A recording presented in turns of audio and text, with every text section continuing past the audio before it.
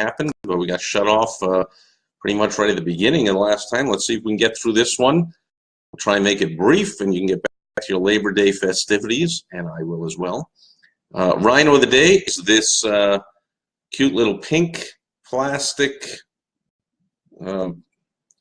glass-like reflective type of keychain, and the reason I am using the keychain as the Rhino of the day is because I'm discussing a key to success or failure with direct mail.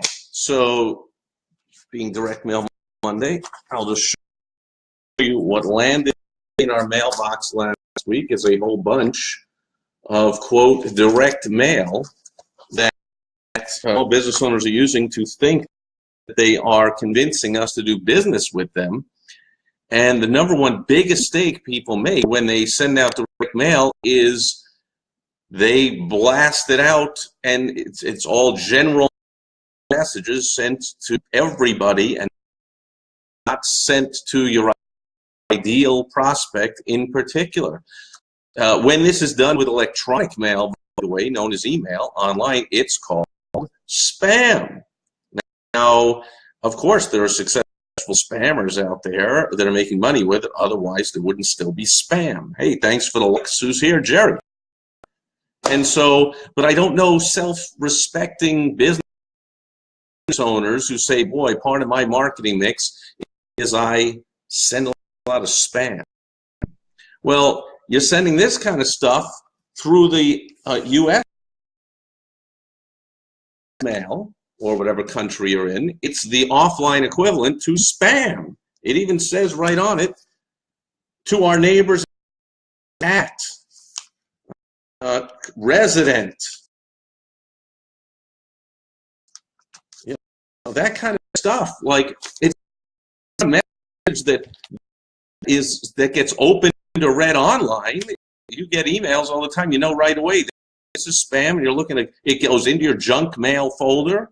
In real life, this goes into everyone's at least junk mail folder. Oh, that's unless it's to a specific target audience, and hopefully you're targeting the very best prospects who you can do the very best good for with your solution to their problem, so that they will pay you the most possible money. They'll get the best success stories there are that'll lead to lots more business and lots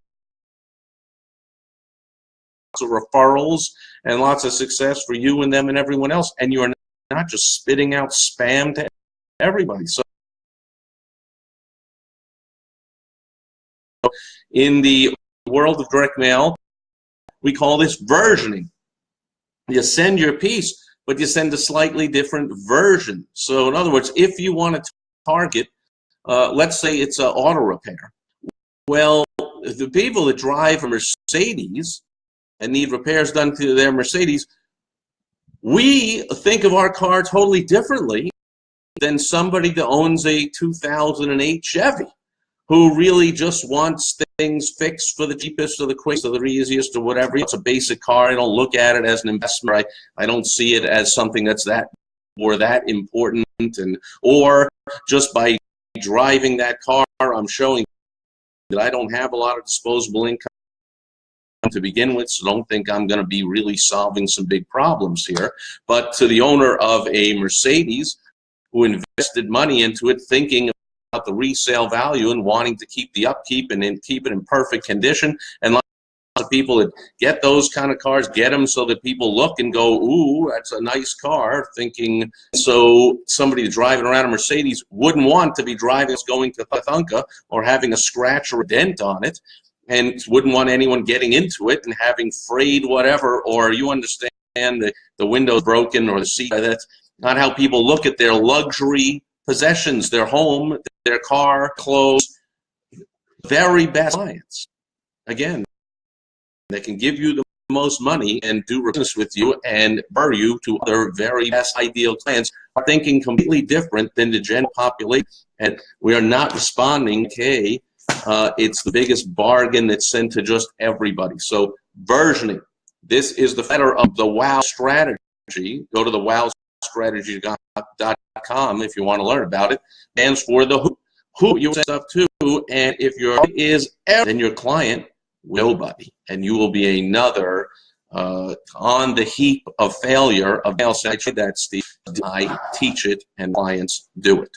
Speaking of which, is a very basic tip as always on my videos, and if you want more help, just go to sipress.com and I'll help. Vishal is up. Your dog has a question here, and got to put on the old as usual. This Jim is here. Great seeing you. How often do you recommend sending direct mail newsletters to past clients after they attend an event? These are people I'm trying to upgrade to higher end.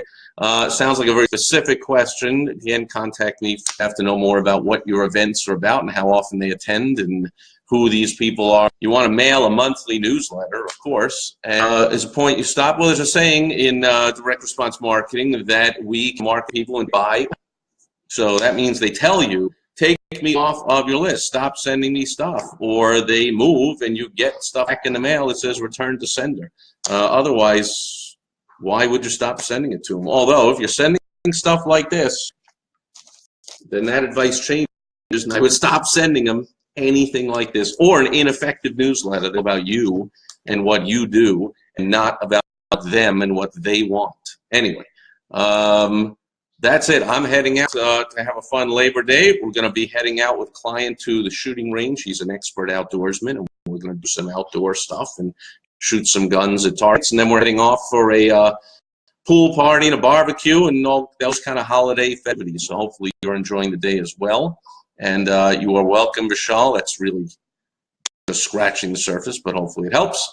And everybody have a fantastic holiday. Thanks for being here today. I'll be back tomorrow with Topical Tuesday. I will see you then. Bye-bye.